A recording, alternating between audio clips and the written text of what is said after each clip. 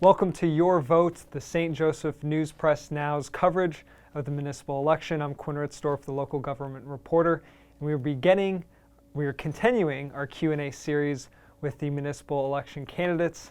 And we are starting with District 1, and here with us is Pat Jones. Pat, thanks for doing this. Glad to have you ask me. We'll jump right into the questions. A lot of these questions are going to focus, of course, on District 1. Okay. To start off, I-229, a large portion of I-229 runs through District 1. Mm-hmm.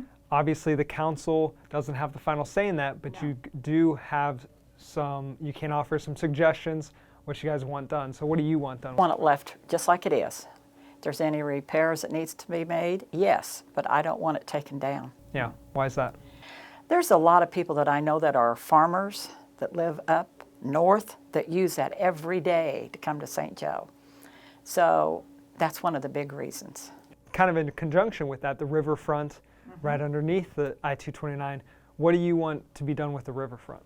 On up from where they've been talking about doing so much, I would love to have a marina out there, because you'd be surprised at people that has big boats and they can put them in out there, but there's no place to put your gas in or stuff. So we do need a marina out there.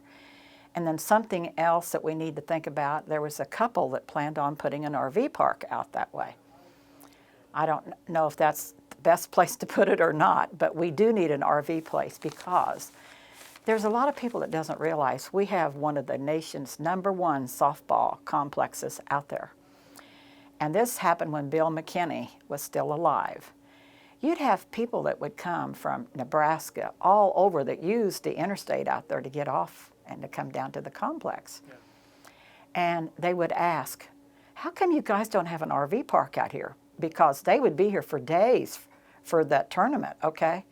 So that's something that we need to think about, is we need to have an RV park out there as well. And when I say that, I don't mean right down on the river, on up, on Highland Avenue. There's several places that's for sale. The ideal location for an RV park. So yeah. St. Joseph Avenue. Yes. I'm pretty sure, there's more vacant, blighted structures on St. Joseph Avenue than there are operating ones. Oh yeah. What do you want to be done when it comes to the revitalization of St. Joseph Avenue? Revitalization, let me just tell you this. It used to Habitat for Humanity, which they no longer do, but they provided free to people that wanted to fix up your facade and just bring your building up to looking like it was halfway decent. Well, they don't do that no more. But when I was on the council before, contacted people that own property, like the old movie theater. And our former mayor, Bill Faulkner, looked into buying that building, and it was going to cost so much, and it was in such disrepair that he just forgot it. He was going to make a dinner theater there.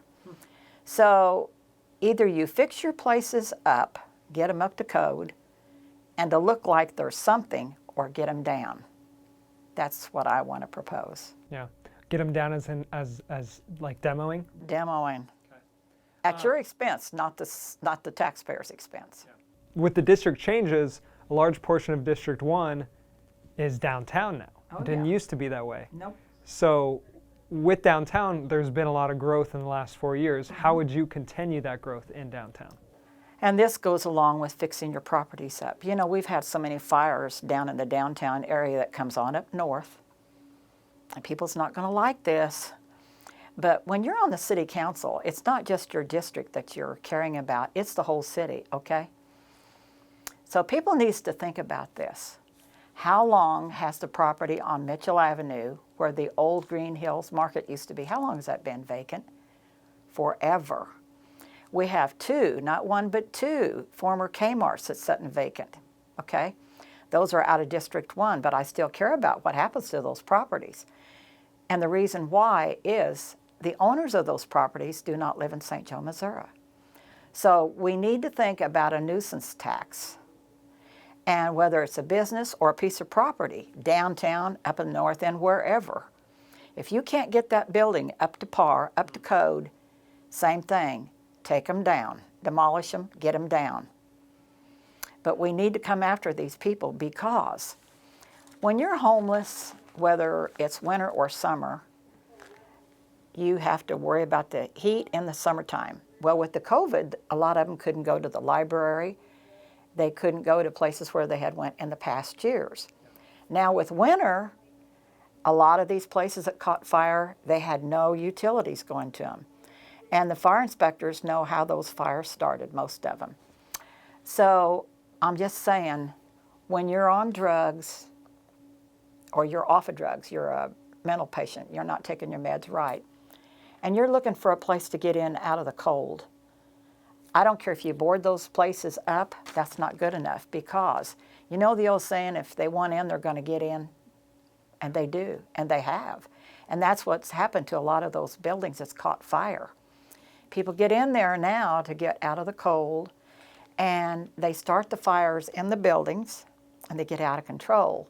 They leave, nobody ever finds them most of the time, but we need to do something about this issue of boarding these places up and thinking that's enough, because it's not. So that's another thing. Infrastructure is a pretty broad term. Oh, You know, yeah. it could be streets, sidewalks, whatever. And so I'm going to leave this up to your own interpretation, but what improvement would you make in District 1 when it comes to infrastructure? I'm glad you asked that, because the number one thing on my agenda is sidewalks. And it's not just at Pershing School. We had a tragedy last year at Pickett School, and the little boy lost his life, which should have never, ever happened. For 8 years, when I was previously on the council, I would ask and ask and ask, can't we get sidewalks at these schools? And it was always no, and it was always about money. Well, with the money that we have coming for the new council from the COVID funding, we will have the money. And just so the public knows, I have checked with Andy Clements, because I was told in the last 6 months, and I think you might have been at the council meeting, I did not know that the committee that had been chosen had already figured out where they wanted that money to be spent. It did not include sidewalks for any of these schools, okay? So I would like to use, if elected, and what people need to realize, I'm only one vote here, okay? It takes 9 of us on that council, and majority wins. But we have the funds now to put sidewalks at all the schools that does not have them now. And that's a big priority. That's my number one. Because when I went around to get my petition signed, that was a question asked to me the most. Will you try, please try, to get sidewalks at Pershing School? And I told them all, yes, I will try. So infrastructure, and Andy Clements did tell me, because at the council meeting, I asked a question, why didn't this committee think about putting sidewalks at these schools? And I was told, because it has to be new construction. Well, I went back and sat down, and the next day I talked to Andy Clements. And I'm a woman, not an architect or nothing else, but I called to ask him if I was right. Is that considered new construction? And his answer was yes. So I would like to get sidewalks at all the schools, not just Pershing, because I don't want this to happen again. And then again on infrastructure, there's another accident waiting to happen at Highland Avenue and St. Joe Avenue, where the Burger King is now. When you're going to school in the morning and you're trying to cut in to get up the hill to get to school, or coming out of school and try to come out on the avenue, you're taking your life in your hands. There needs to be some kind of signage there for everybody, not just the school students, but that's another thing. And then here's the biggie. On St. Joe Avenue, when you get up to Cook Road, in the original plans of Black Snake Creek, this was mentioned, to widen Cook Road. And that's another thing I asked Andy Clements about, because the last CIP, they was asked if they would widen that, and they said, we can't spend $17 million. Well, nobody wanted them to, because that's a lot of money. It would have taken all their money. So I'm talking about widening it from like Orchard Road, which is at the top of the hill there, not all the way from St. Joe Avenue. And in the original plans, it was to come from the bluffs all the way over to Miller Road. That's why it was 17 million. Well, now Andy Clements says it's not near 15 million, but we don't have to widen it from St. Joe Avenue all the way down to Miller Road. Just start at Orchard Road down. But that needs to be looked into, because If you check with the traffic commission and the police department, I can't tell you how many accidents has happened at that intersection right there. And even the street department told me, Miss Jones, we can't do anything until that hill is leveled. So that needs to be a big plus. Krug Park was talked about a lot in the last couple of years. Oh, yes. You know, this whole mega amphitheater they talked about. That didn't happen, but would you want Krug Park to be developed in any way? I want Krug Park opened all summer long, weather permitting. We have enough talent in this town that we could have concerts up there every Sunday night during the summer. No alcohol, but I'm not talking about just singing, bands. We have enough dance studios in this town that they could perform up there. So we need Krug Park opened up in the summer. And you wasn't here, but I would love to see the fishing derby back at Krug Park. We had that up there for years.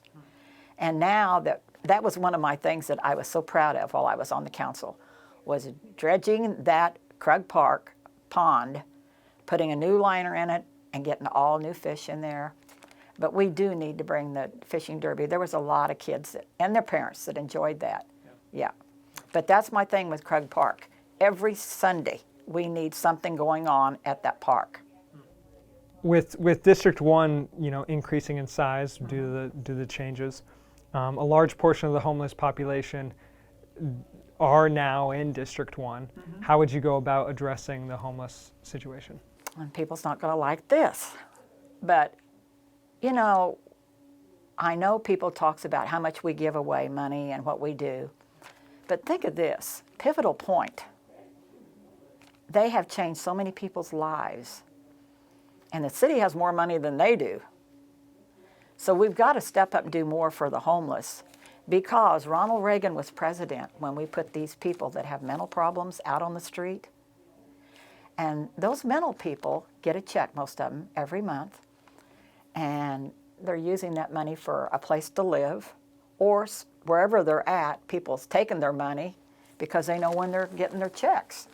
So we need to think of taking some of these buildings that the school district owns and talking to them and see if they will give them to the city and make shelters. And by shelters, I mean like they do in Kansas City.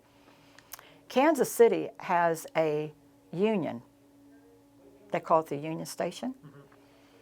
There is men and women housed there.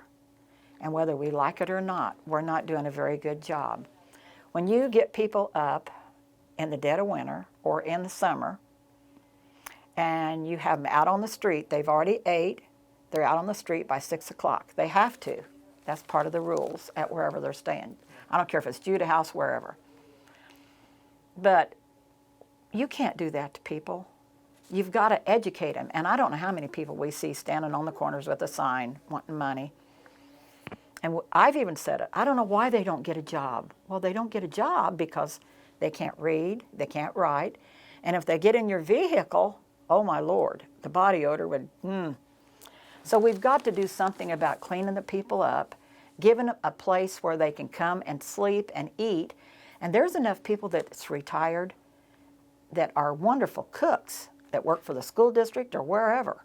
And we could get them into a place, a facility where they could cook meals for these people, and also retired nurses, retired doctors, and make sure that these people have meds that they need, and most of all, when they need to take them.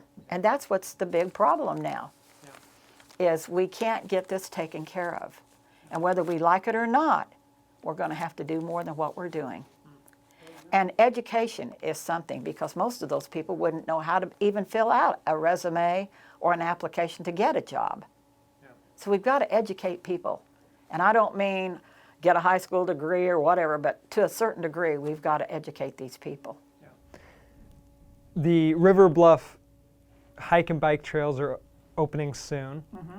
Do you see things like that, the hike and bike trails and other recreational activities, as a priority for the city?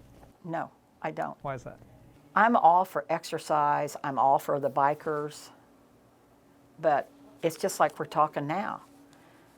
People think, oh, well, they're going to get a grant to do that. Where does that grant money come from? taxpayers. So they're not getting anything from anybody free. But the best thing I can tell you is on Savannah Road, from Cook Road up, where they just put the new hike and bike trail. Yeah. I don't know how many trees was planted along there, okay? Go up there now. They're all gone. I don't know where they went, how much it cost to put them in to begin with, but I think there's better things we can be doing with our money than what we're doing out there. And that's not to knock anything that's been done so far, but I think we've had enough done that there's enough going on in this city that we should be more concerned about than biking and hiking, okay? Speaking of money, you know, the first role of the city council, whoever's elected, is going to be putting together the budget for the next fiscal year. And that's going to be a tall task. Oh, it is. A lot, you know, it's already tight, and Brian Carter, city manager, has already said the budget's going to have to be cut. Yeah. What would your process be to cut the budget? I'm going to have to look. I can't really answer that because I haven't got to look at anything, but it's going to be a big, big concern to all of it. Whoever gets this job, the work is going to be cut out for them all. Pat, just to kind of end here, final question. Why do you believe you should be District 1 councilman? Well, I was born and raised in St. Joe, and I think that's a plus. And I think the last 8 years that I served, the last 4, I was a deputy mayor. I don't know of anybody that's ever said they couldn't trust me, they didn't believe me, or anything like that. So I'm a person of my word. And I want to stress this. Come election day, April the 5th, if it's raining, snowing, sleeting, or whatever out, and you can't get to your polls, please call me at 816-232-2529. I have people that have volunteered to take people to their polling place, get them back home. If you know now you're not going to be able to go to your polling place, please call the courthouse and talk to Mary Garvey, who is our county clerk, and they will see that you get an absentee ballot.